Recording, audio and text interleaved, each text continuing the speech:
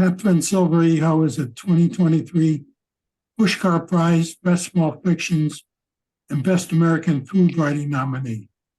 Her flash fiction poetry and CNF appears or is forthcoming in Atticus Review, the Citron Review, Craft, Emerged Literary Journal, New York Times, Tiny Love Stories, Pitt Chapel, UB Literary, and others. Catherine's flash fiction Wolf Song was published in 2023 by ELJ Editions. Her work has been anthologized in Flair, an anthology of chronic illness told in flash narratives, and Potato Soup Journal, Best of 2022. Catherine is a reader for Fractured Lit, and you can get more Catherine at catherinesilverego.com or twitter.com/ksilverego or instagram.com, Catherine Silverego. Catherine. Thank you, Paul. Thanks for the intro and also for hosting FBOMB, which is a delightful monthly forum, which is a very rare thing for writers of flash and short fiction to be able to see each other face to face and talk. And it's really a wonderful, special forum. So thank you for that.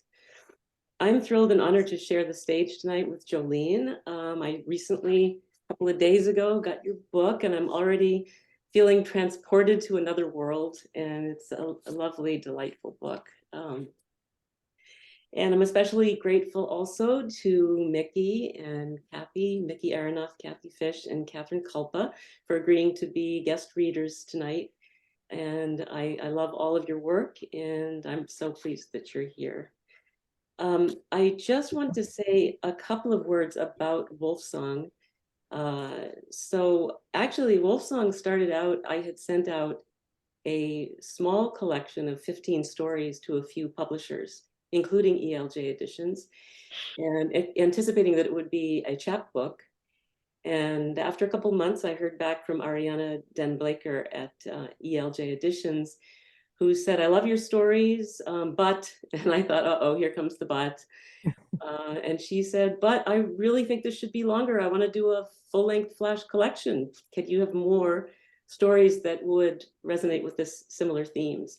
And I said, yes. And I started sending them to her, and we went back and forth a bit. And she has a remarkable, I know Ariana couldn't be here tonight, but I do want to say she has a remarkable ability to envision an arc of a story collection. And she also at some point asked me to add a story, which is the final story in the collection, which I will read later. And she also designed this incredible cover using Dimitra Milan's artwork. So I just feel incredibly blessed to have worked with her and have this wonderful book out in the world. So one more quick thing, Wolfsong sold out shortly after publication, and I apologize to anybody who tried to buy it and was unable to. It is now back in stock and can be bought. I know how a lot of writers feel about Amazon, but it can be bought from Amazon, or as I mentioned earlier, directly from ELJ Editions, or you can go straight to my website and there's a link right there. And I did put both ELJ's website link to Wolfsong and my own website at the beginning of the chat. So, oh, and one more quick thing.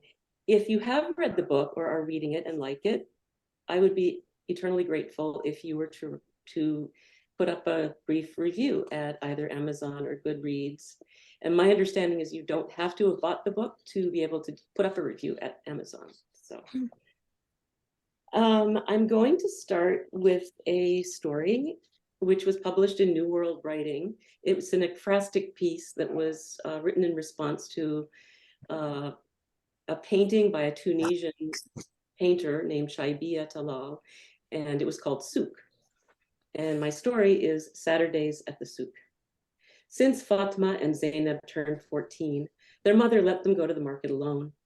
They knew Mama wanted to rest before making a big lamb and vegetable tagine for dinner, and it was a chance for them to slip away from Baba's rules, Stop hanging over the veranda railing. No TV until homework is done. And from Mama's constant demands for help in the kitchen. The soup was a coveted escape. Strangers pressed into crowded spaces, yelling and bargaining in Arabic, French, Spanish, Berber. The shouts of the shopkeepers. Cucumbers the size of babies' fingers. The freshest sesame cookies in town.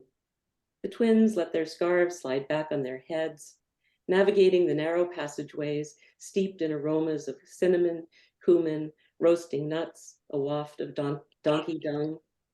Between stops at the butcher, greengrocer, and tea parlor, they walked arm in arm, giggling when they passed beautiful boys in long dishdashies and shib-shib sandals, widening their black-lashed eyes, letting their glances trail as long as they dared. On the way out, there was that guy with the camera, the one who wore his tight shirt open, showing his chest, who said they looked like models, wanted to photograph them in his studio. His name was Talal. He was a professional. Fatma smiled at him, but Zainab poked her ribs, said, "Let's go." And they ran, laughing and tripping past him toward the shelter of home. His husky voice trailed after them. "I'm here every Saturday, beautiful girls, every Saturday."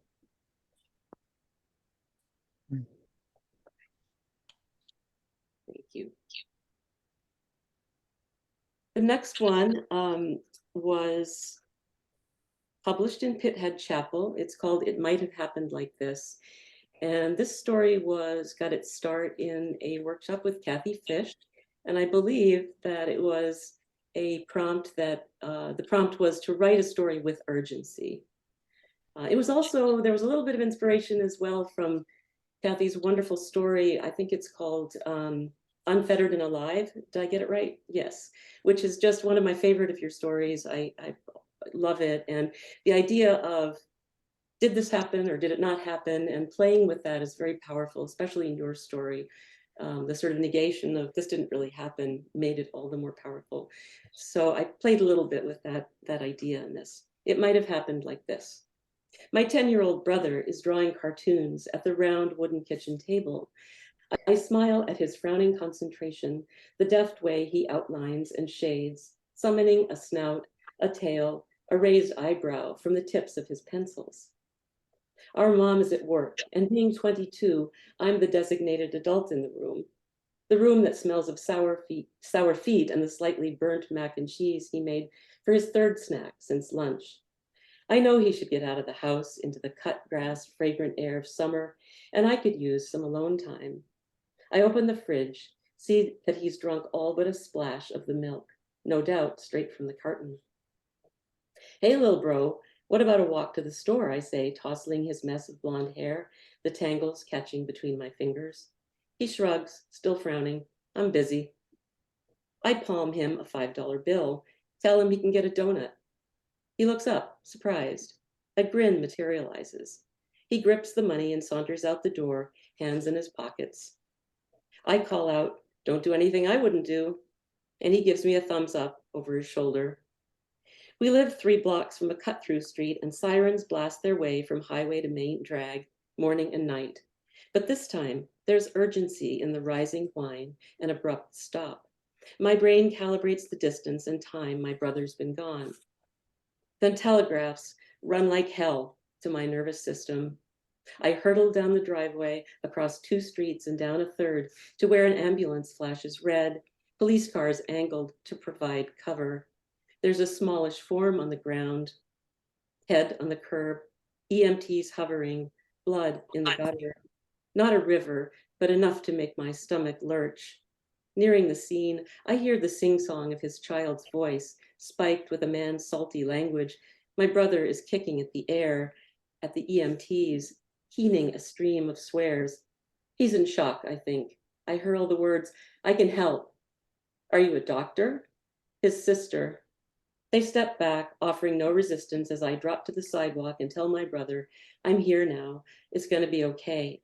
But you got to cool it so I can ride in the ambulance with you." The kicking and cursing stop, and just like that, he's limp, resigned. They stretcher him, load him, bandage and monitor him. Inside the ambulance, the dome light throws bleak shadows. I hold my brother's hand, hoping to hold him together. Once we're moving, the EMTs tell me he was walking on the edge of the curb and slipped off just as a small pickup truck approached, the driver unable to stop in time. In the ER, bleeping machines sow fresh panic, smells of alcohol, antiseptic, rubber, voices drifting through blue surgical masks and eyes peering out beneath clownish shower caps. The doctors allow me to stay long enough to calm him so they can get a line in his arm. He drifts, eyes droop. They slide a tube in his nose, tell me to leave, promise to keep me updated. I slump to the waiting room, collapsing into an orange leatherette chair. I pull my thin jacket across my chest against the chill pulsing from the ceiling vent. The room throbs with artificial light, and I stare at the too loud TV on the wall. The blonde newscaster is cheerful, eyes flashing as she announces death tolls, earthquakes, air raids, tsunamis. I'm overcome by nausea, try to slow my breathing. Sitting near is a mother with her hand on a stroller, her little boy flooding the baby's lips with his finger. I wonder who they're waiting for. I lower my head so they won't see the tears that gush unexpectedly. After an eon, the tired-eyed doctor, with his barely more than peach fuzz face, approaches. He taps my shoulder with latex fingertips, like I might infect him, announces that my brother will live. He's going for x-rays, CAT scan, blood work, and cast. Later, I can visit him in the ICU, where he'll stay for quite some time. The doctor leaves in a cloud of green scrubs and rubber gloves, matching clown cap and slippers.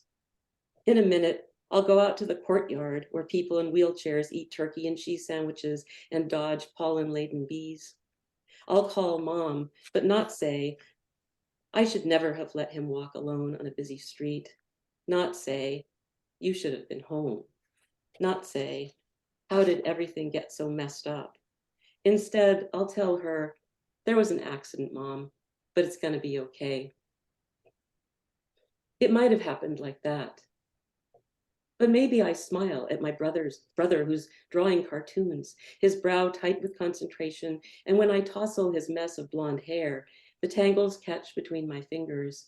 Maybe when I say, hey bro, take a break, let's go get some milk and donuts, he looks up surprised, a grin materializing, and we drive to the store in my rust-pocked gray VW Bug, $5 bill damp in my pocket, the cut grass fragrance of summer fluttering into the car, my brother's hand trailing a little too far out the window. Thank you. Thank you.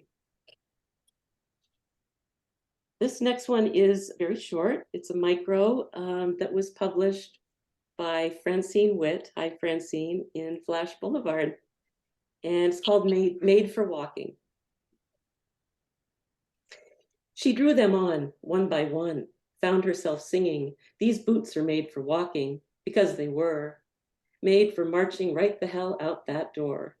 They were masculine boots, like the Marines wear, but with laces the papaya hue of Puffin's feet, a little comical perhaps, but that's how they came, and who gave a shit anymore anyway. She had allowed herself to be too tender, showing him the soft pink of herself too soon. Now she'd stride through life, one heavy foot in front of the other, no problem too great for this soldier. And if she felt herself start to sink, felt that old trickle of fear, she'd tuck her flower petal heart under her wing, pull on those boots and get walking.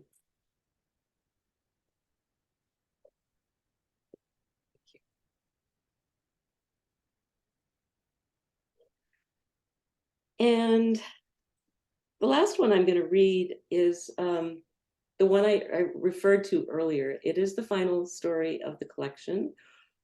And Ariana asked me, she felt that something was missing at the end, that it needed one more story. And I agreed with her, and I sat down and I wrote another story. So, and this one was a result of reflecting on what it must feel like to be towards the end of your life and have all kinds of your loving, well-meaning family and friends around you who sometimes can treat you perhaps a bit patronizingly. So this one is called The Sweet Softness of Dates. She sits in her wicker chair, the one painted bright green, because that's how she likes it. She lets the sweet softness of dates linger on her tongue, makes a small mound of pits on the seat next to her where the others won't see it and scold her for making a mess. The air is coming in through the veranda. The air coming in through the veranda windows smells of the sea and the bread bakery down below, and exhaust from those damned motorbikes that roar the wrong way down the street day and night, day and night. Some poor dog is yowling, probably being chased by a snot-nosed kid with a stick whose family didn't raise him right. Who am I? They ask. Who are you? What year is it? Where were you born? So many questions. Do they take me for a fool? I've survived war, a love that couldn't be, and a marriage without it. Children who left me to go here, there, and everywhere. A body once sturdy and beautiful that has grown stiff and feeble and fragile.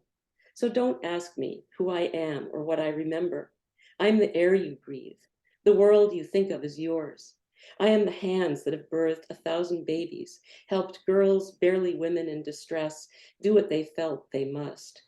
Cooked countless meals when all I wanted was to put up my feet.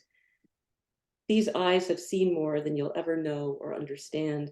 So don't ask me, don't feed me, don't try to make me sleep or walk in circles around the apartment and the building I built. Just leave me in peace, in the peace I've never known, but have finally found. It is mine to take. Thank you so much. Thank you. So I actually am going to just refer to a story, which unfortunately I don't think I have time to read, but it's one that's very, very close to my heart. And it's called Banging Pots and Pans. And I'd like to give a very special shout out to April Bradley. April embraced the story, published it, gave it the perfect home in Ruby Literary's second edition, second issue. And not only that, but nominated it for the Pushcart and Best American Food Writing Anthology prizes. So thank you so much. Your support has been just incredible. Your support of my work and also so many others, and your own work is so fabulous. So thank you so much for that. Big love, April. So I think that I'm introducing the readers who so graciously agreed to read as part of the Wolf Song part of this program. And before I actually read the bios, I just want to say a few words about each person who's very special to me. And I'm going to do this alphabetically because I couldn't think of a better way to do it. So Mickey Aronoff, my very dear friend and writing and critiquing buddy. Your friendship and love mean the world to me, and the occasional kicks in the butt that you give me to keep me writing and revising and doing the very best I can. It's very appreciated. Don't know what I would do without you. Mickey's inventive, playful, sometimes wild stories are a delight every day to read. So appreciate that. And now the official version. Mickey's Aronoff's passions are playing with words and advocating for animals. Her poems and stories have received Pushcart, Best of the Net, Best Small Fictions, Best American Short Stories, and Best Microfiction nominations. Recent work appears in Bending Genres, Milk Candy Review, The Citron Review, Atlas and Alice, Tramp Set, JMWW, and elsewhere. Take it away, Mickey. I love you, Catherine. Love you. I'm so honored to be part of this program when you're be one of your backup singers. I'm going to read two stories. Both were published by Your Impossible Voice. And the first one is one of my very favorite dribbles in the whole world, if not my favorite, by Catherine. It's called Bess Recalls the Great Depression. She paints WPA-inspired scenes of fishermen and farmhands, the frame shop on Flatbush, a ruckus of wood and wire, tools and nails. Sid measures, hammers, curses. Bess regales with tales of bill collectors pounding the front door while they tiptoed out the back. Our Tom and Jerry routine, she sighs. I just love that picture.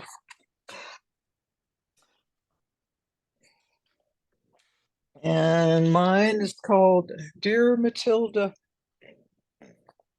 Dear Matilda.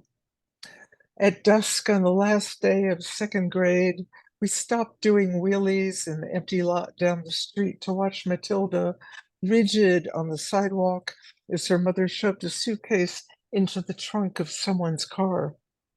Her mother never turned around, never waved goodbye. Perhaps it was her father who peeled away in his Chevrolet, flicking a cigarette butt out the window and not looking back. But ever since, Matilda's numbed us with tales of an emerald world where all beings are paired, first clowns and ducklings, princesses and curmudgeons, later men in suits and secretaries. We're not fond of melodrama, Maddie. We scoff and roll our eyes as she ties imaginary knots in the air. Matilda's driven by an insatiable itch to matchmake us with all the wrong people, even though we always say no, even when her own ragged life is less than muscular. She'd marry us off to our brothers if she could. Matilda won't learn from the past, won't step back, pause again, consider sizes and shapes, align corners and edges first. Given a puzzle, the blur of the middle is where she'll begin. We joke over prawns on toast that she'd use toenail clippers to snip and trim impediments to her bigger pictures. I create couples, that's what I do, Matilda gushes to any unpartnered person within range. It's in my DNA, my bones, every fiber of my being. She waves and warbles whenever she spots us. We duck around corners and take cover, but she sniffs us out. Hand delivers cursive invitations to blind dates on handmade paper, presses scented possibilities into our hands. Go away, Maddie, give up. But we are not without feeling. We send a group card when we hear that cancer's unforgiving greed has taken over her DNA, her bones, the very fiber of her being. We suppose over martinis, it is her body's response to a life of fruitless enterprise, of matchmaking disappointments. Where a vacuum exists, something must grow, we say, sucking pimentos from our olives, raising our glasses to her health. Sorry, Maddie. We don't do well with failure. We don't visit as her body betrays her, but we send daisies for cheer. Weeks later, we hear from a friend of a friend that when her last breaths could no longer be heard in the hush of her hospice room, Maddie's neighbor at her side threw out, and her favorite nurse leaned into each other and sobbed. They wrapped their arms around each other's waists and stumbled like conjoined twins out of the room. They say hearing is the last sense to leave when someone dies. Maddie's spirit must have soared to a honeyed victory when she overheard the two making plans for the weekend. We raise our glasses again. Well done, Maddie. Way to go.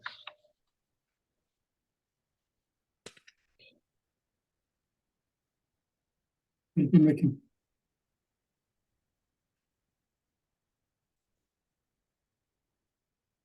Oh, that's all.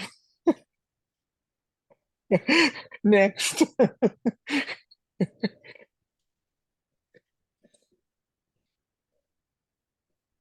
There we go. Thank you so much, Mickey. So my next, or our next very special guest reader really needs no introduction, but I will anyway. Thank you so much, Kathy Fish, for being here. Kathy has been a source of incomparable inspiration to me and to so many people by sharing her extraordinary stories with the world through her wonderful craft articles and blogs and terrific workshops. So thank you for all of that, Kathy, and for agreeing to come to read. I'm so delighted. And oh, and for writing probably the most beautiful blurb for the book that I could possibly imagine. It means the world to me. Thank you. Kathy Fish's short stories, flash fiction, and prose poems have recently appeared in Plowshares, Washington Square Review, Waxwing Magazine, Copper Nickel, The Norton Reader, and Best Small Fictions. Her fifth collection, Wild Life, collected works for 2003 to 2018, is now in its second print run with Matter Press. She's a recipient of the Copper Nickel Editor's Prize and a 2020 Ragdale Foundation Fellowship. Her highly sought after fast flash workshops, begun in 2015, have resulted in numerous publications and awards for the hundreds of writers who have taken part. She publishes a free monthly newsletter, The Art of Flash Fiction, which includes craft articles and writing prompts. She's currently seeking representation for her craft book of the same name. Welcome, Kathy. Thank you, Catherine. That was such a lovely introduction. I laugh at that last line because I'm not really seeking representation more than just putting that at the end of my bio. But I've heard there's more to it. I don't know. Maybe there is. I don't know. But anyway, I loved your book. I love these stories. I think they're fantastic. And of course, the cover is gorgeous. I chose a story of yours and a story of mine. They're both very short, but it was interesting to me to read your story and think of mine and how they sort of have the same feel to them. And you'll see in a second, but I'll read yours first. This is called The Breach. She'd long since despaired of his return, but the press of his rough fingers on the small of her back, the smoke and salt of his lips, were imprinted in her psyche, despite all efforts at forgetting.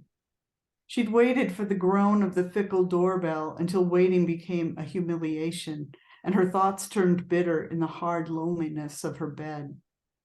She vowed if he ever reappeared, he wouldn't make it past the threshold. But then there he was, lunchbox in hand on that chilly autumn day, the smell of decaying leaves and wood fire in the air, as if he'd just been off working at the construction site and was home for supper.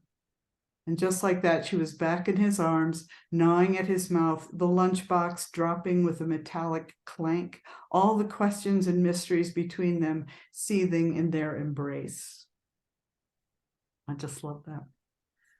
And so the one of mine is a similar short paragraph, and it's called Akimbo.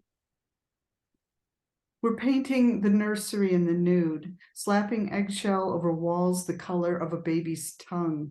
We've been at it a while. The pink keeps bleeding through.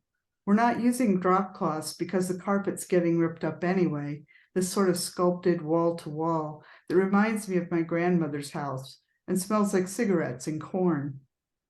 So we're manic about it, spattering ourselves, our glasses, our hair, and our forearms, our privates. You paint a heart on your chest. I smear a swath across my forehead. A flock of seagulls song plays on the radio. There's a tremor and it makes us jump. Now a jolt and you go, whoa, Nelly.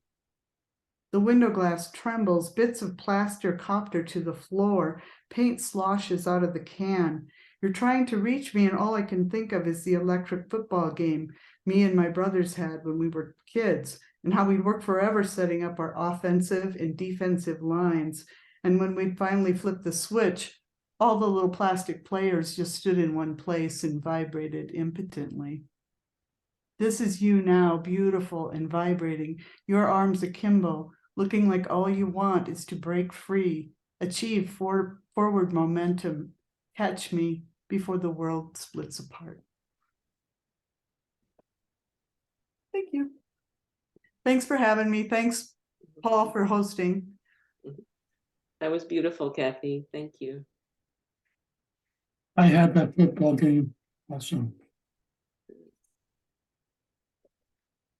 So I'm not muted. Okay. So finally, I have the great pleasure to introduce my fellow Catherine Kulpa,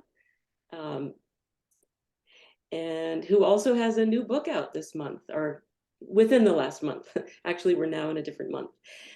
Cooking Tips for the Demon Hunted, and I hope we will hear some from that book momentarily. Catherine and I have been having a blast doing co-readings with our books, most recently at the Riff Raff bookstore and bar here in Providence. If you happen to be in town or you're from the area, check it out. It's an absolutely fun, delightful, funky place, and it was really fun to do a reading there. We'll also be doing a reading at the Barrington Library on June 28th for anybody who's local enough to attend. And that one is called The Two Catherines. Catherine Kulpa is the author of 2 flash fiction chapbooks, Girls on Film from Paper Nautilus and Cooking Tips for the Demon Hunted from New Rivers Press. Her work has been chosen for Best Microfiction and the Wigleaf Long List and nominated for the Pushcart Prize. Catherine is an editor at Cleaver Magazine and has stories in Flash Frog, 5 South, Had, Moon City Review, Smoke Long Quarterly, and other journals. Find her online at katherinekulpa.com, KATHRYNKULPA.com. Catherine. Oh, I'm so sorry. I'm going to say one more quick thing about Banging Pots and Pans.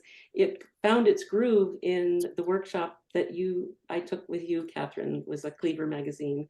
So that was another link I meant to mention. Thank you for that. Thank you, Catherine. It's wonderful to be reading with you again, and I'm going to start with one of your stories that also came from a workshop that we were in, possibly with Mickey as well. I'm not sure, but I know it was a great workshop, and this is a great story that came out of it. Chain of Fools.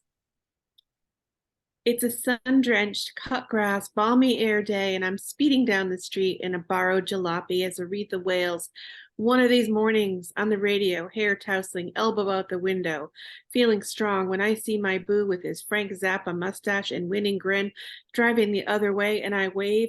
The chain is going to break, and I laugh, and my heart thumps, chain, chain, chain, and that's when I notice the concrete truck crossing from a side street in front of me. And I pump the brakes like Mom taught me to do, but nothing happens. And I turn the wheel hard, and I'm parallel with the beast looming next to me. It's whirligig thing, mixing concrete, ready to pour, and the road is narrowing, and I'm pounding the horn, chain, chain, chain, but nothing comes out. And I scream, and the driver looks over, and the O of his mouth is like the O of the concrete chute. And he jams his brakes that, oh my God, work. But now he's scowling, and I'm squid-armed and quaking, and now I can never say, "Thank you, mister, I'm still alive, I'm still alive, I'm still alive."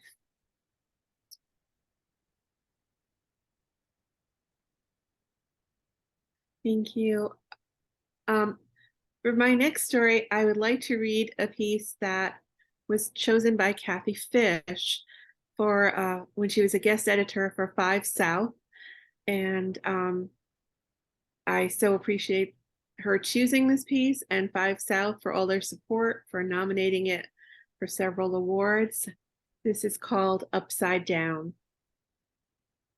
I got one of my dizzy spells climbing the stairs to the Upside Down house. There was a lady just inside the door, jiggling a baby in one of those snuggly slings, and something about how she smiled made the world spin. I've always hated stairs, and these were the kind I hated most. Rickety metal pool ladder stairs where your foot could slip through the rungs and you would hang there until someone came to rescue you. An embarrassed father, a laughing brother. You're such a loser. At least I didn't get kicked out of school, I could have told my brother, but didn't. Just like we didn't say anything to my father those long nights when he had to see a guy in a bar and left the 2 of us in the baked concrete parking lot. Took the car keys so we couldn't even run the AC or play the radio. Sometimes we'd climb onto the van roof and watch the stars. He always parked slap in the middle of the lot, never under anything, like a tree or a light pole that could come crashing down. Nothing above us but sky, nothing ahead but road. We would live in a real house again, someday, maybe. We would go back to school someday, probably, but right now we were traveling, and travel was an education, my father said. We saw woolly mammoth skeletons. We saw stately homes of yore. We saw the upside down house. And if my leg got caught in that half-assed ladder and I was stuck, neither right side up nor upside down, my father and brother would come and pull me out. Because they had to. Because they were what was left. We were what was left of my broken family after the hurricane. After that night, the world spun. After we left, the smashed popsicle stick sculpture that used to be our home, to become permanent tourists, stumbling through this land of alligators and lizards in our camper van with its racing stripes like a giant sneaker. Sneakers are what you wear when you run away from a storm or a falling tree or yourself. And 3 of us ran fast enough that night. And my father never let us talk about the 2 who didn't.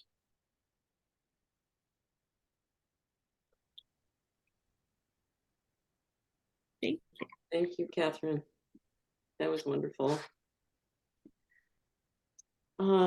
Okay, thank all 3 of you for those beautiful readings. Appreciate it.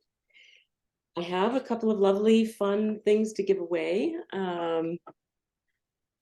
So let's see. Oh, I know what I was going to do. I'd like to give away a couple copies of the book. And if there are any of you who have a book coming out in the next 6 months, raise your hand. Nobody has a book coming out. Oh, Paul has a book coming out in the next 6 months. All right. Wonderful. So I'm going to put, I can do this, right? I'm going to type my email address in the chat, and well, you have it, Paul, of course, but I'm going to do this for the other giveaways as well. But so ksilverhajo@gmail.com. So if you win a giveaway, please email me and with your address, and I'll send it to you. So Paul, I will send you a cup. This lovely cup. Did I show it? Did I hold it up? Thank you. You're welcome. So if there's nobody else with a book coming out, what else could I ask? Okay. In the story that Kathy read, The Breach, what was the errant man holding in his hand? Does anybody remember? What is it that he was holding that he dropped to the ground with a metallic clank?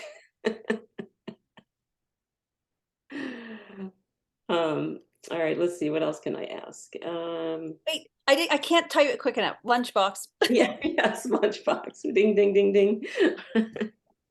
Great, thank you, Jolene. Okay, let's see, what else? Oh, yes, so I have a couple of notebooks that look suspiciously like the book itself, but it is not, in fact. It is a lined paper notebook. So I know, some of us love to write longhand in notebooks still, putting down notes or thoughts or drafts of stories. So if you are one of those people that likes to write in notebooks, put up your hand. Lynn, okay, Lynn and Nan, wonderful. Okay, and again, see my email address. Oh, I didn't send it, sorry. That would be useful. I actually sent it, there it is. Okay.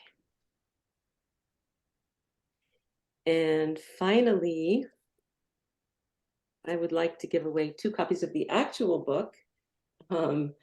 And let's see, who here remembers I guess these are unfair questions, but it feels like a pop quiz. I don't really mean it to be like that. Does anybody remember the color of the laces in the first story I read, Made for Walking? The laces, the boot laces in her boots. Anybody? No? All right, well, how about we just say, who doesn't have the book yet, who would like to have a copy of it? All right, yay. So, wait a second, I'm using it wrong. Okay, keep your hands up for just one more second. Okay, I was gonna do 2, but I'm gonna do 3. So, oh, Nan, you're getting a notebook, honey. All right. So how about I give it to I'd rather have the book. you'd rather have the book anyway. All right. So I'll get you a book. And Karen Jobber and Jan Elman Stout. Oh, and Bill. All right. And he knew it had to do with a puffin. Oh, did you? Oh, excellent. Yeah, puffin, I remember the actual color, not so much. Yeah, that's okay. I mean, close enough, right? Puffin's feet are pretty distinctive. I see Jane has her hand up too. Oh, Jane, yes, okay. I really only had a few copies of it. Would any of you be interested in having one of the other items, either the notebook or the cup, by any chance? Jane, I can't hear you. You're muted. No, I'm sorry. I'd love to have the notebook. You'd love to have the notebook? Okay. Yeah, All right, thank great. you. Oh, wonderful. Okay. All right. Okay, fantastic. Thank you all so very much. This has been really fun. I can't wait to hear Jolene and the other readers. Thanks, guys. Now I have to find your email. Oh, I think we're out of time, right, Paul? Because I mean, I was going to say if there was time left over. Here, I'll type the email again. It's ksilverpajo@gmail.com. Here we go. Oh, If there are a few minutes, if anybody had questions, but I know we're probably running a little late. Paul, that's your call.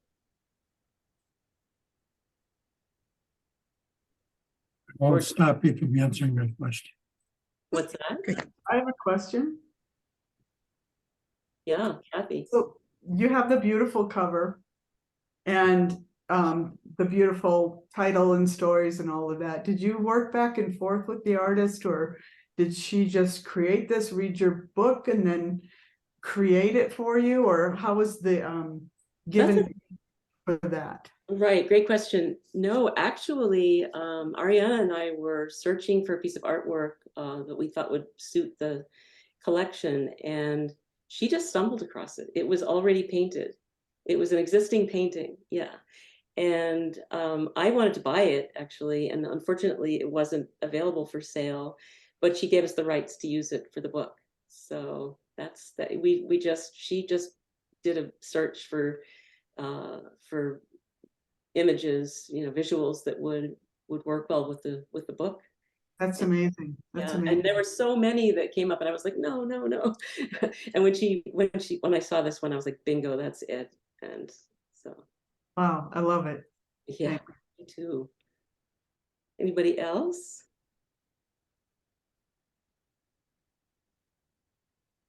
All right. Thank you all for listening. You put a good group together, Catherine. Thank you. I'm sorry. You put a good group together. Thank you. Oh, thank you. Yes, wonderful. yes.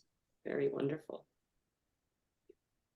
Someday we'll all get to New Mexico, Mickey, and we'll all read together there. Yes, I'm there. I'll actually be out in New Mexico in Santa Fe for the Bending Genres retreat in August. So, hoping to see Mickey. You should come too.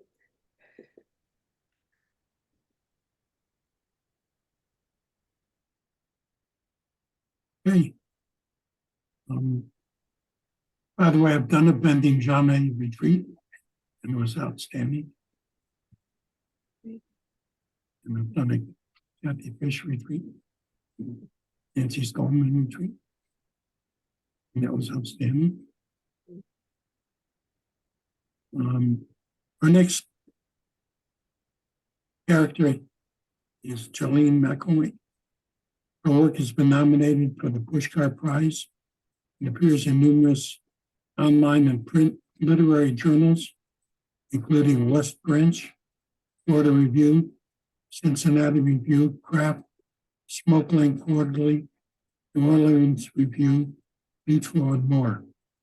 Her work was included in 2019's Best Small Fictions Anthology and named finalist for 2018's Best of the Net, Memory Trains and River Styx contests, and summer finalist in Nimrod's Catherine Ann Porter Prize in 2 American Short Fiction contests.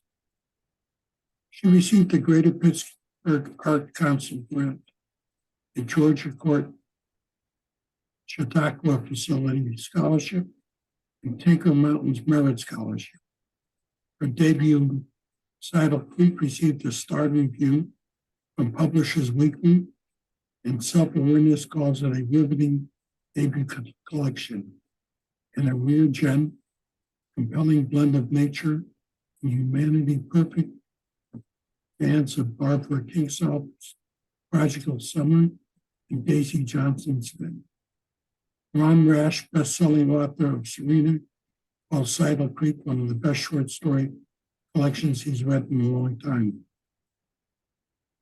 Jolene has taught literary theory analysis at Duquesne and Chatham University, and she worked as a radiologic technician before attending college. She was born, raised, and currently lives in a small town in the hills of the Appalachian Plateau in western Pennsylvania. Thank you, Paul. That's longer than most of my stories, I want you to know.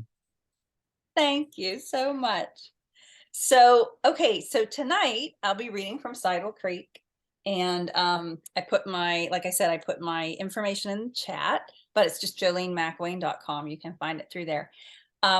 First of all, I just want to say, Catherine, I absolutely love your book. Absolutely. I just flew through it and it amazed me, and it's haunting and beautiful and everything you would want. So everybody, if you haven't bought it, please buy it. You'll love it. And, you know, Nikki, Catherine, Kathy, your readings were incredible. I'm just honored to be here with all of you. And so with my group, this group are called the Fish Tankers. We're a part of the Fish Tank group, not the entire Fish Tank group. Not everyone could be here, but we started in about 2015 after being in a Kathy Fish class. And we said we enjoyed being in the class so much with each other. And then we had a couple other people we added in, and we were so happy that we had been together, but we didn't want it to end. And so we just kept going. And we were in a group for quite a while, so we've kept in touch since. So tonight my readers are April Bradley, Jan Elman Stout, Nan Wigington, and Paul Beckman.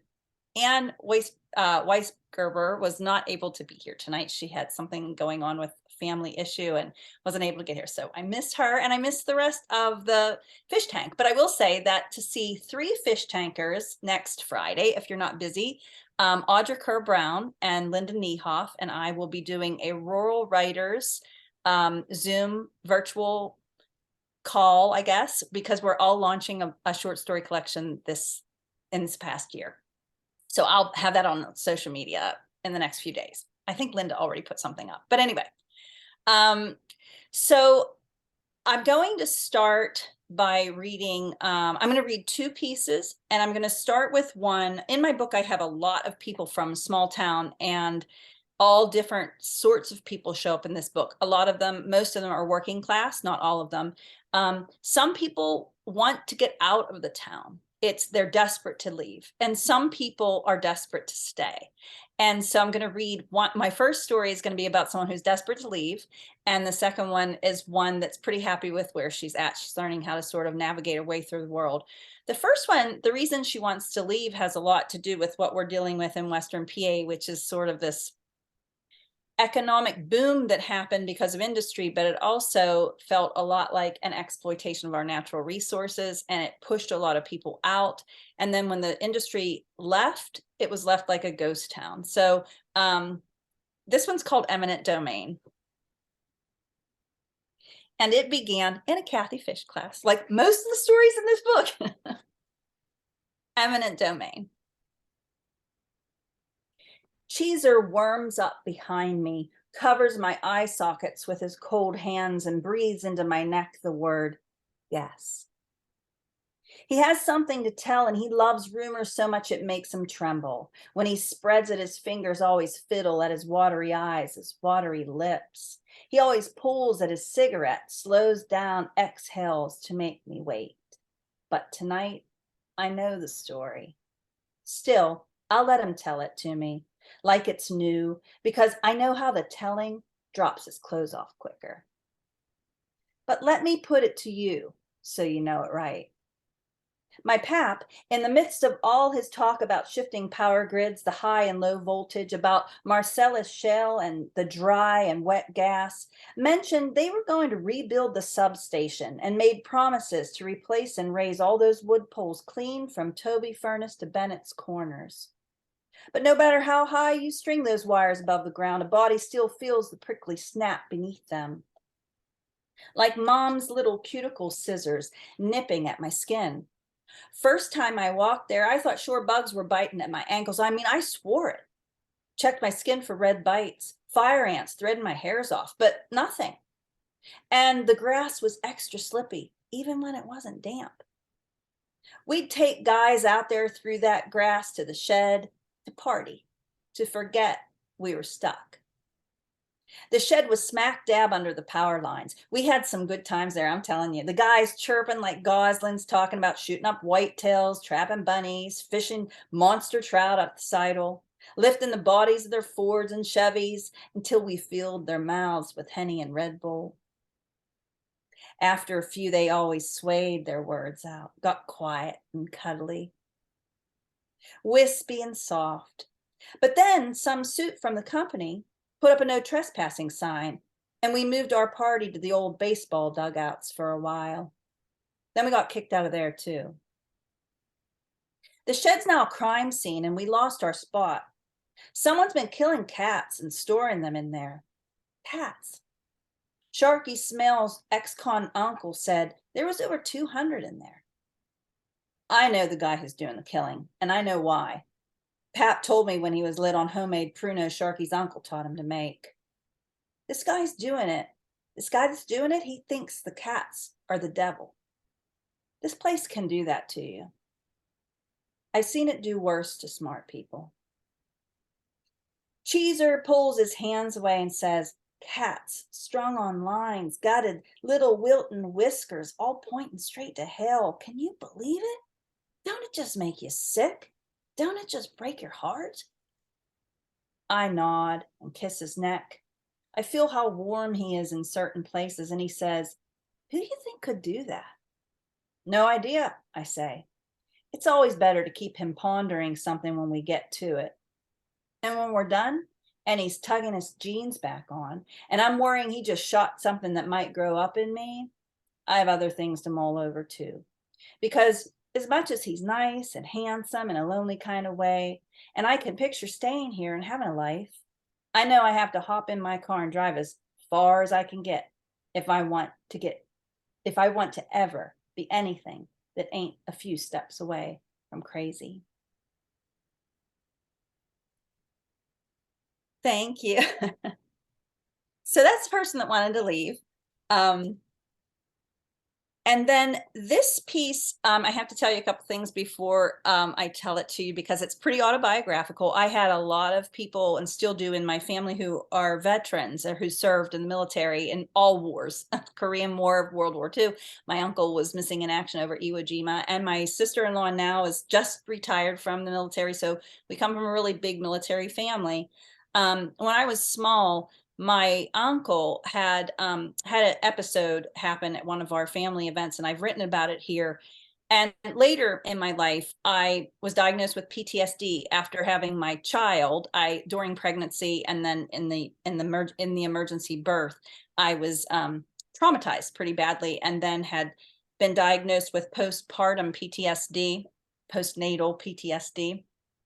So I understood that idea of triggers a lot better than when I was dealing with it, that my uncle had been through years before. The only other thing I'll tell you about this is, I don't know if any of you have this situation in your small towns where you have like the Eagles or the Elks or the Moose Club, but people go there to sign the book every day. And then when they sign the book, when they go to the bar, then at the end of the week, someone does, a contest and pulls a name out of the hat, and they win all the money that the people gave when they signed the book each day. So that's the one reference. If you don't get it, people have asked me about it in workshop, and so I just want to explain it.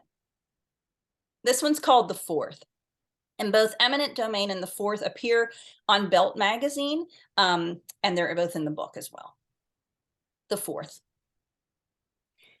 Heat lightning, midsummer, nothing to fear.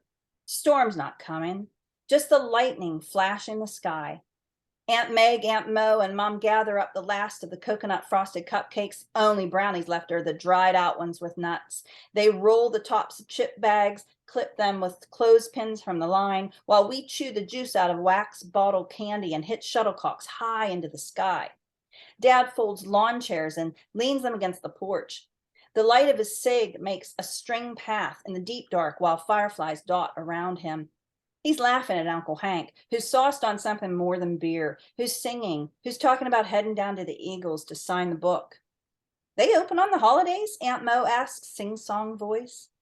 Aunt Meg shakes her head at Uncle Hank. You've had enough, I'd say. What? They've probably hit the Echo Spring. Even Uncle Ron looks mellow. I see him smiling a bit by the firelight when Dad calls out, "Hey, Uncle Sirius, gonna help clean up?" Uncle Ron shakes his head, crosses his ankles, and takes another sip. He smiles and shakes a finger at his Ronnie and Rick, sneaking beers from deep in the metal coolers.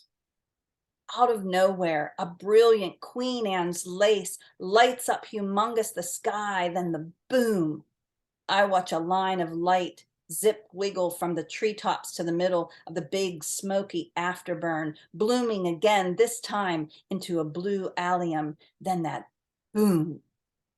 My cousin Keith pretends he's been shot. He falls to the ground. I don't understand at first, and then when the next 4 blooms come together in the sky, I'm ready. Wait for it. Boom, boom, boom, boom.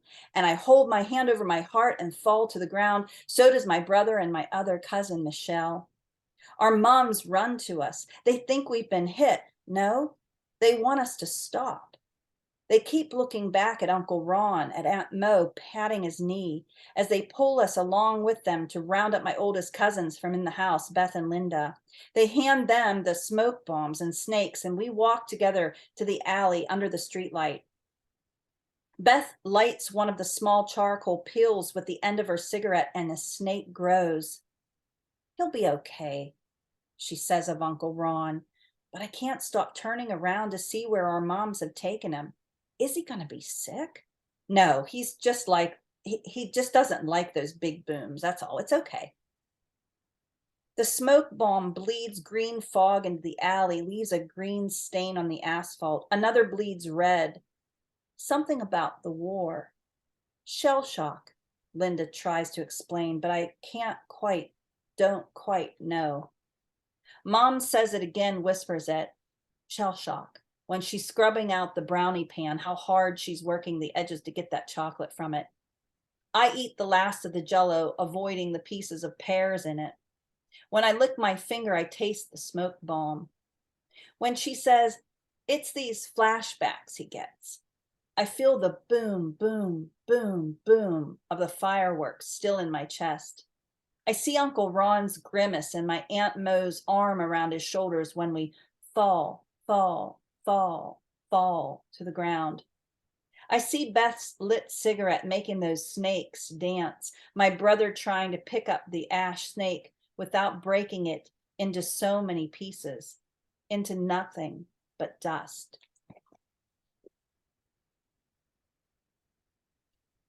Thank you. So, so the collection I wanted to mention is about half flash. There are 22 stories and about half traditionally length stories. Some are at about a couple hundred words, and it goes up to one that's about 1,100 word, or I'm sorry, 11,000 words. So it's a collection of both, and I'm really, really proud and happy that I can say that Kathy Fish is all through this book because she really, really, not only were her prompts things that inspired the original pieces that I had written in her class, but they then stayed with me to inspire mostly everything I wrote after, because they stick with you, these prompts that she has and these writers that she's introduced me to. And I just want to thank her again for putting us together as a fish tank. I don't think she knew that when she was starting these classes that we would all go out and have these tentacles and have these wonderful collections of people that would come from her class, but we do. And I also wanted to do a shout out to Jen Kircher-Carr and Liz Petit, who had started, and John Lugo Treble, who did another kind of online group, and I was involved in one called the Quills, and there are some of the Quills here. So I'm so happy to see you here as well. And I want to also say hi to my Twitter thread friends and all of my Twitter friends that that show up all the time for each other. They're great literary citizens, and I'm so proud to call you all my friends. So thanks for being here. I just wanted to say a few things about all of the writers at once, and then what I'll do is I will then introduce them individually with their bios. But I wanted to first thank April Bradley. And I'm going to try to get through this without crying. April, who reminds me to write about the mysteries of life, to destigmatize mental and chronic illness, even find the beauty in it, to bring music always into the writing. Jan Elman Stout reminds me to give voice to all the strong women who've come before us and who look to us to not forget, to remember the importance of pop culture, of historical and ancestral voice. To Nan Wigington, who reminds me to honor that part of me that's a failed poet by showing me how she's a very successful poet, even and always in her prose. To Paul Beckman, who reminds me of the importance of how voice, class, place should never be shortchanged in our writing, and to use curse words authentically. First of all, we'll have April Bradley, and I'll read her bio. April Bradley is a Durham, North Carolina-based writer and editor. Her writing appears in Blink Ink, Craft, Gone Lawn, Heavy Feather Review, JMWW, Journal of Compressed Creative Arts, Narratively, and New Flash Fiction Review, among others. She is the editor of Ruby and serves as a submissions editor at Smokelong Quarterly. April is the Best American Essays, Pushcart Prize, Best Microfiction, Best Small Fictions nominee. She is a graduate of Yale Divinity School and currently is a graduate clinical counseling student at William & Mary. Find her online at aprilbradley.com and on Twitter at April_Bradley. Thank you, April, for being here. Thanks so much for having me. It's such an honor. I mean, I adore this book, and it's been wonderful being your friend as you've been on this journey, Jolene. It's just it's been incredible, and I'm so happy for you. I typically never have a problem finding something to read for an event, and it's very interesting because for a while now I had it in my head, I'm going to read one of my very first stories that I published because it had such a rich sense of place. But I called it up today and it's like 3,000 words. So when I was first writing, I was writing really long. So that wasn't an option. And I even tried to cut it in half, like Nancy Stallman says, and it didn't work. It just sort of gutted it. So then I was looking through my publications and things I haven't read, and I came across this beautiful collaboration that many of us in the fish tank did together. And it's too long too. Turns out it goes to 6 minutes. And I'll put the link in that later. one thing I love about this collaboration is I have no idea which words are mine. I don't have a copy of what I wrote. I know Anne and I were editing it, and then she took over, but there's like 6 of us, I think, who did this, maybe around it was a lot of people, and it's amazing to me just how we came together in one voice. It's I think we should have won instead of been a finalist, but anyway. I'm going to read this story called Lux that was published in Heavy Feather Review, and this did not happen in a Kathy Fish workshop like a lot of my things do. I've been having a hard time with the longer story, and so I started to interrogate my main character. I felt like I didn't really know what she wanted or what was happening with her, and this is what came out of it. By the way, this is a content, I guess, warning for miscarriage. I understand if you would prefer to mute it and not hear me read about it. Lux. Clary sits on the toilet in the shine of the morning and studies the crotch of her panties. The liner she wore overnight shows a faint bit of color, a familiar blush that indicates the tail end of another pregnancy. Clary hasn't told her husband that she's known about this one for 59 days. He has not asked about her absent period, her swelling breast, the hollows and shadows that shade her face, or why, when he touches her deep inside, she's a tidal river rushing, her sorrow and undertow pulling them both down and away. Clary pretends her husband shares her wishes because he has not spoken the words, "Stop this," or "No more," or "I'm worried," or "I don't know you anymore." The last time Clary said, "I'm pregnant," she felt his dread flow into her bones. This time will be different things between them, unspoken, animated, and glittering. And it is different. Every miscarriage is different. Clary hides her pregnancies even from her physician. Clary's hair hangs around her face in tangled strings clumped together by sweat. She doesn't know it, but there are a few gray strands that show up as white. She thinks they are blonde.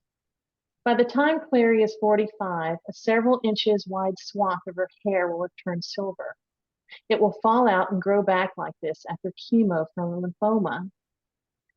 She anticipates treatment will diminish her fertility, and so she will bank her eggs. And her fertility will have been destroyed, although she will not know this for certain until she attempts IVF one last time with her frozen eggs. Before then, before cancer, she will learn about her husband's infidelity again and again until she shuffles off the marriage and staggers away, nearly crawling. She will suffer her mother's sudden death by aneurysm and her father's decline into Alzheimer's. She will struggle with addiction and aimlessness and ruined friendships. There will be professional triumphs and mortifications. She will end up in a career she had not planned on and doesn't fulfill her like she expected. Occasionally, and only on occasion, she will join a companion for sex. Lover is too much of a word for what she will regard as transactional. Lover will mean passion and fucking and intimacy and ruin. She will mindfully recover and heal. And then a few years later, despite herself, surprisingly, shockingly, will fall in love again, drenched in its sweetness. Today, though, her hair color is just the side of ditch water with some highlights left over from summer. Her roots show, and right now she's twirling and sucking on the ragged end of a bit near her ear. Cravings for chocolate, grilled cheese sandwiches, barbecue chips, her mother's coconut cake, olives, and a cigarette rush over her with a sigh. She's lounging on the toilet seat, her knees together, her long feet turned in, ankle bones sticking out because she is worn out, clean through, and sick of the word miscarriage. The word overwhelms her. It resounds through Clary's skull in time with the exhaust fan's wave-like pulse of white noise. What she doesn't hear, can't hear, is the whoosh, whoosh, whoosh of her children's heartbeats from within her wife's womb just before their birth 12 years from now. Clary changes her panties and liner, then stands on the soothing cold tile. She reaches for her toothbrush and avoids looking directly at herself in the mirror. She attempts to concentrate on the day ahead and not how her breasts tingle and ache. She hears her husband making coffee downstairs in the kitchen. She spits into the sink, watches toothpaste foam and swirl down the drain, mesmerized by the water and the winking light that stripes her body, her various scars, her sorrow.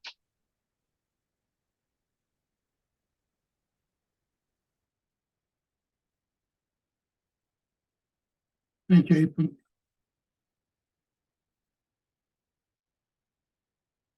Wow, wow, wow. Okay. That was beautiful, April. Oh my gosh, I loved how you used the she will. I just love how you used tense in that. Okay, so our next reader is going to be Jan Elman Stout. Jan's Elman Stout's fiction has appeared in Literary Orphans, Jellyfish Review, Midwestern Gothic, Pithead Chapel, Pigeonholes, 100-Word Story, and elsewhere. Her Flash was nominated for the Best Small Fictions Anthology in 2017, 2018, 2019, and 2020, and appears in the Best Microfiction 2020 Anthology. She is a senior editor at Smokelong Quarterly. Jan is currently working on a story collection on the ways in which women have been marginalized and silenced since the beginning of recorded time, which, by the way, I've gotten to read many of those stories in it, and I'm just really excited for this book. She can be reached at Twitter and Instagram at Jan Elman Stout. Thanks, Jan. Thank you, Jolene. And I just want to say I'm so thrilled to be here to celebrate you and Catherine and both of your stunning collections. I'm going to read a couple new pieces from my collection. The first story is based on real events during World War II, and it does have some graphic horror in it as a content warning. And the second story is purely fiction. Princess Lily Girls. To crawl inside the cave, we bow deeply, folding ourselves like thousand-year paper cranes. Yesterday we were schoolgirls, but not today, even as we clutch our satchels. Our pencil cases, notebooks, starched white shirts, and black skirts are tucked neatly inside, relics of a mislaid promise. We are here to serve, we announce in muted voices. The soldiers moan and curse, their bodies splayed on undersized pallets, their blood soaking through to the dank earth below. A doctor's eyes sigh as his scalpel quivers. Men's bodies wave their arms. Cowards, those with voices call to us. You must take to the battlefield, go. Our nostrils flayed by the funk of excrement and rotting flesh, we gag. Our vomit overflows their buckets, soiling our shiny black strapped shoes. The doctors shake their heads, eyes now emptied.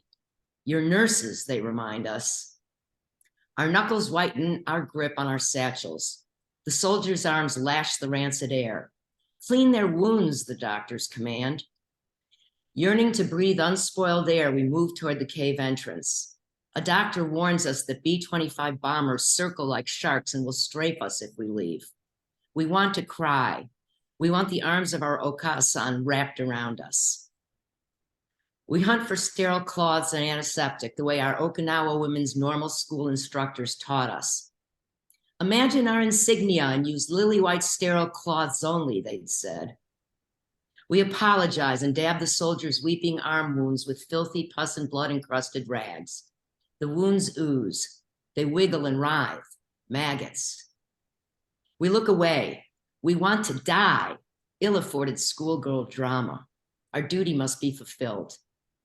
A handful of us pass out. We pull our ivory chopsticks from our satchels and delicately grasp each maggot, pretending they are single grains of rice. The men flinch only when we remove the larvae from their eyes. Later, when we have to pick lice nits from one another's thinning hair, we will consider this good practice. We believe this intricate work will protect us from night blindness, and we will learn we are wrong. We will learn much in the days to come. We will learn the one daily rice ball we prepare for each person will shrink from the size of the tamari balls our Okasan gifted us on New Year's Day to the size of dried eyeballs.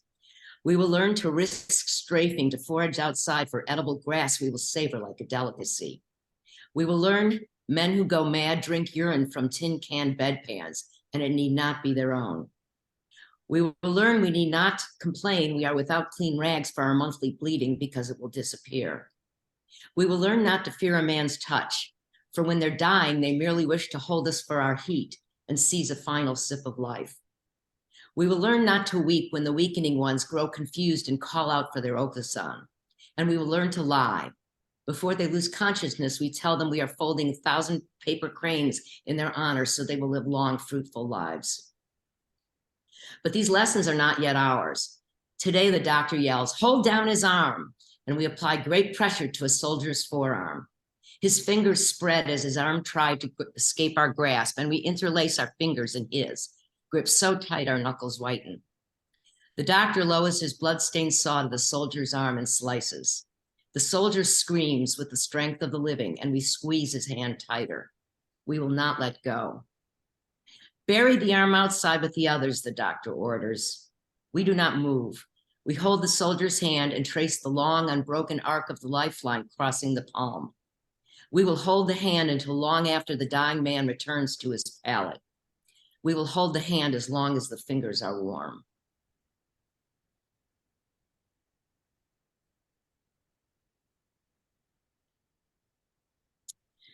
And the next story I'm going to read is entitled Our Lady of Perpetual Help. Number 1. When his body began to fail him, he asked for her left ring finger. A small ask in the scheme of things. She'd still have the right. And did she really need it?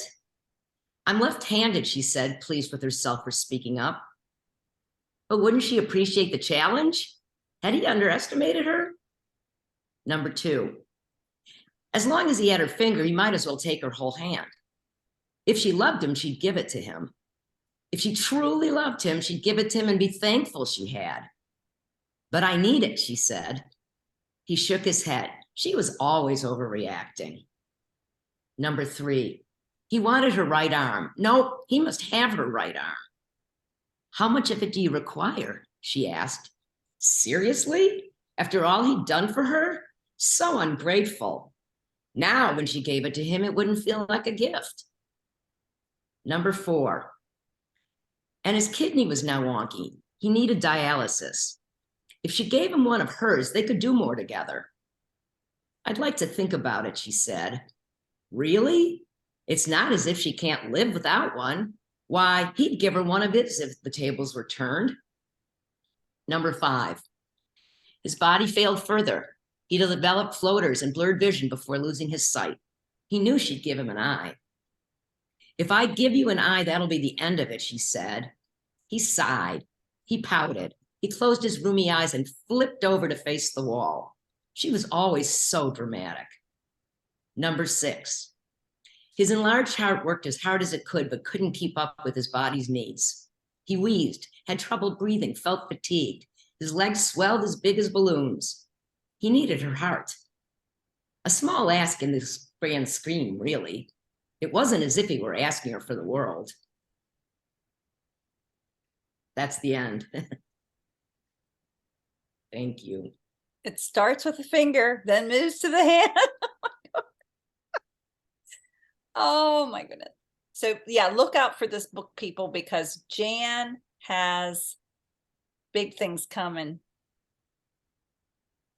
All right, next. And I put the sites again for our books back into the chat because it had gone really far. So I put Catherine's and mine in the chat. Okay, because I know some of you are DMing me saying you have to leave. So I just wanted to make sure that you were able to get that. All right, next is Nan Wigington. Nan is recently retired from the Denver public school system. She misses the kids, but not the chaos. She wants to thank the Fish Tank writers for keeping her love of story alive. Oh, well, you did that for us, so thank you, Nan. Her flash fiction has appeared in the Ekphrastic Review, New Flash Fiction Review, and 100-Word Story. Thank you so much, Nan, for reading with us. Thank you for having me. I feel wowed by all the readers and I feel really blessed to be here tonight. I'd like to read from Seidel Creek, and the story I picked, I love it because it is breathless and it makes this sly nod to Martin Luther. And the story is called The List.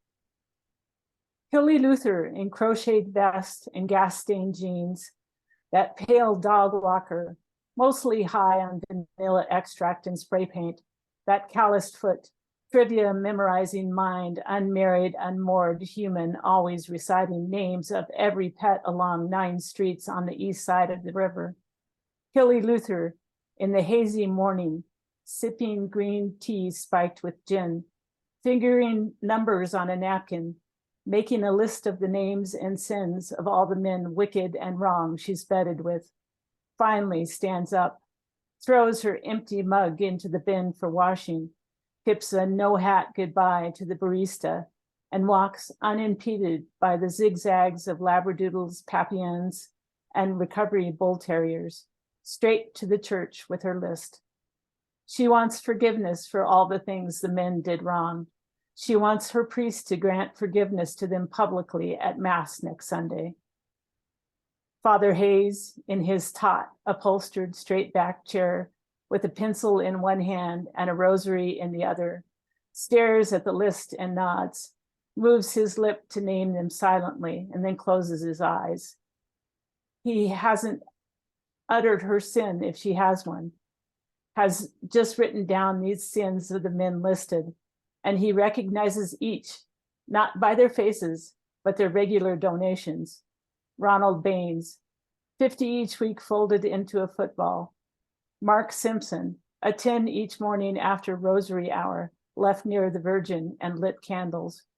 Rowan Matterhorn's personal checks, his flowing handwriting, enough to pay the electric each week.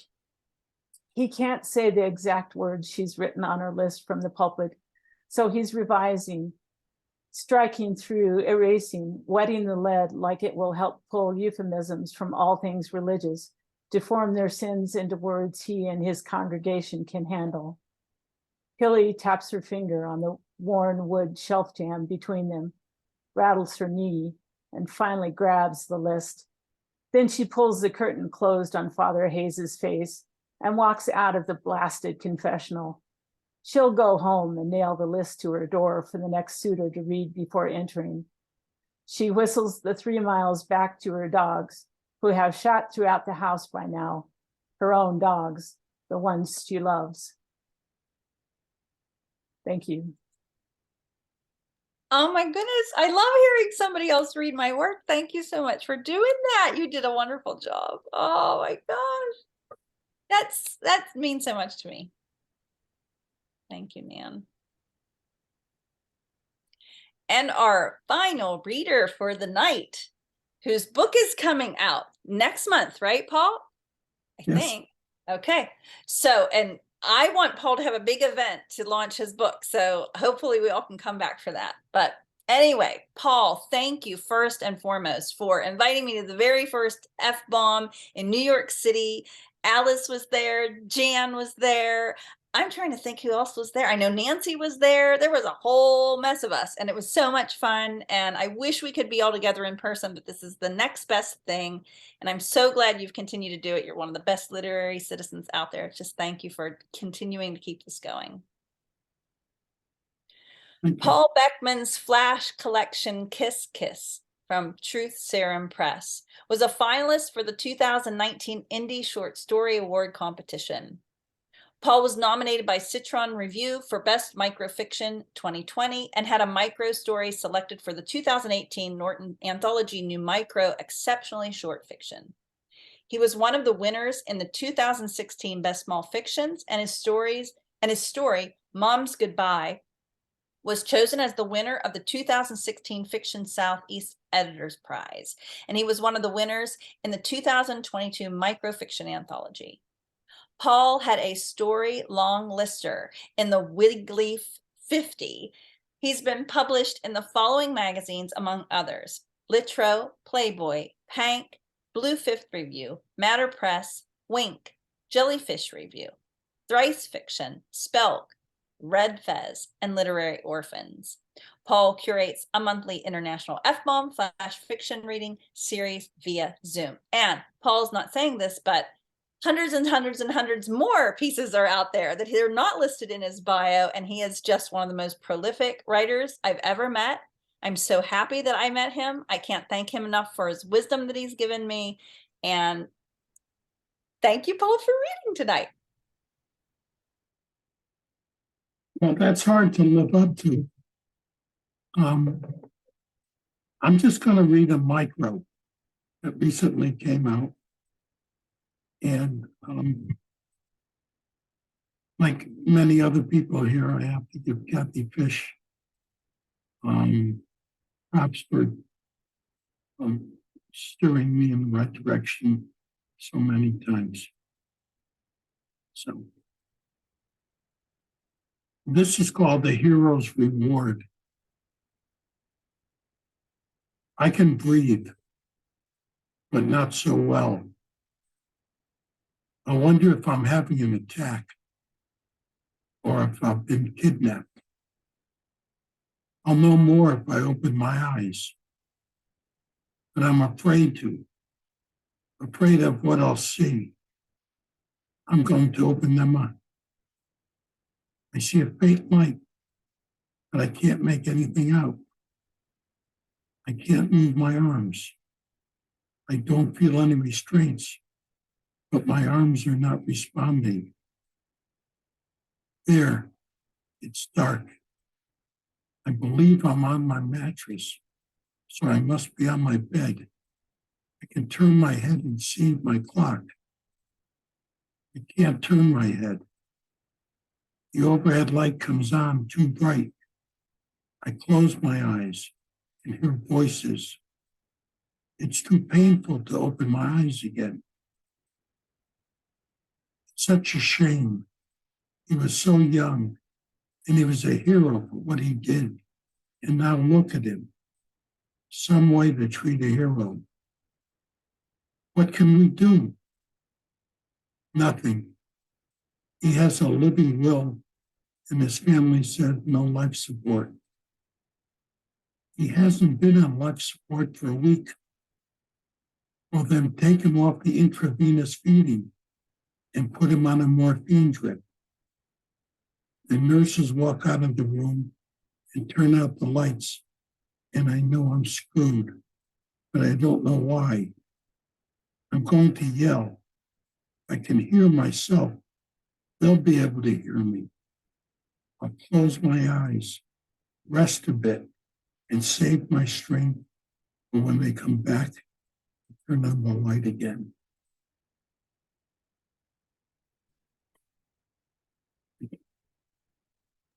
Oh, that was amazing. Oh my goodness. Is that one that's going to be in the book coming up? The book coming up is all about Mirsky. Mirsky. How did you know that? Yay. Oh goodness. Okay, so thank you guys for reading, all of you that I brought along with my crew, and thank you to Catherine's readers. Does anyone have any questions while I'm getting ready to do my giveaway? Because I have a kind of complicated little number thing that I have to do for my giveaway. Any questions? Yes, April. Do you have a novel coming out too? Well, we don't know what's happening right now. I have an option for a second book at Melville House, and my agent right now is, getting things ready to send to him. So I'm keeping my fingers crossed. We'll see what happens. Yeah. We'll have to... So I have 3 novels in the hopper ready. If anybody That's awesome, Jolene. That's fantastic. Well, let's hope. Well, it's wild what you can get done by doing the Pomodoro. That's what I've been doing for 2 decades or more, 25 minutes at a time, because I don't really have a big stretch of time ever to work. And so I just sit down with a 25-minute timer and see what I can bang out, It does add up. Oh, thanks. That's great. Great advice. Any other questions for me or any of my side of the readers or any of the readers? Anything? I would want- just like to say that I'm very fortunate to have so many great readers come every month from all Yeah. over the world. And, There've been amazing people here. Yeah. yeah, I don't take it for granted and I appreciate it. So thank you. Well, you're finding everybody, Paul. Thank you.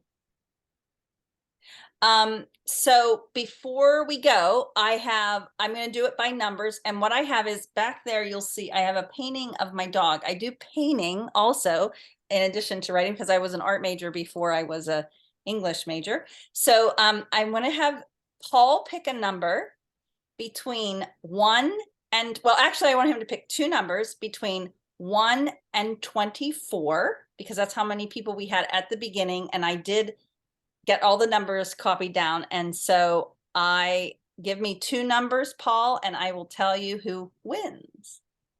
7 and 17. What is it? 17 and 7. oh, okay. 7 and 17. Okay. Pat, Foreign, and I'm gonna do the counting here. Oh, wait a minute. I lost count. Hold on. Oh geez, what did I do? Jackie Doyle. Okay, so you two will be getting an original painting from me that has to do with one of the stories in the book is called Shell, and the characters in that story read from the egg shells of red-winged blackbirds, the fortunes of other people. So I'm going to send out an email for you, and you'll have to fill out a few things, and then I will create for you a painting and send it to you. So I'll be in touch.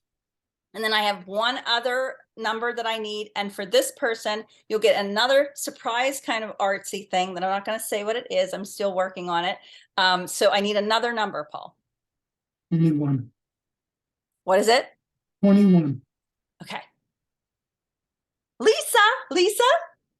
Okay. All right. Okay. So the three of you will be getting artwork from me. Thank you so much, everyone that was here. Please do consider buying both of our books and reviewing them. I really appreciate that I got to do this amazing reading with Catherine. Thank you so much. I absolutely love your book, and I'm so proud to be here with you. And Kathy, thank you again so much for doing our blurbs for us. I don't even know how to repay you for all you've done for so many writers, including both of us. So thank you. Thank you, Jolene, for those kind words, and for everybody for attending. This has been a really delightful evening. Thank you. We need to do it every Friday. Both of you. I'm really excited. Thank you so much, Paul. Want to get Catherine Culpa's book too. Oh yes, Catherine. Did she put it in the chat? I don't even know if she did. I did. I put it in the chat a while back. Okay. But it's basically, you can get it through my website, and it's just catherineculpa.com. Okay, and if anybody else has information they want to put out there for their books, please do that. I mean, I know we can all look each other up, but if there's something you want to add really quickly, do that before we all leave. I should have said that at the beginning. Sorry. So thank you all for being here. And if anybody, I don't know if there were any other questions, but let us know if there's something we didn't go over, or you want to know something, just feel free. For me, at least, feel free to email me, DM me on Twitter, Instagram, whatever. Yes, me too. Thank you all. everybody. Thank you, Paul. Good night. Bye, And, guys. Hi, good night. Thank you guys so much for reading. That was beautiful. And thanks It was to Karen, incredible. I recorded this. Oh, yes, you recorded it. Great. Okay, perfect. Thanks to Karen Stoller.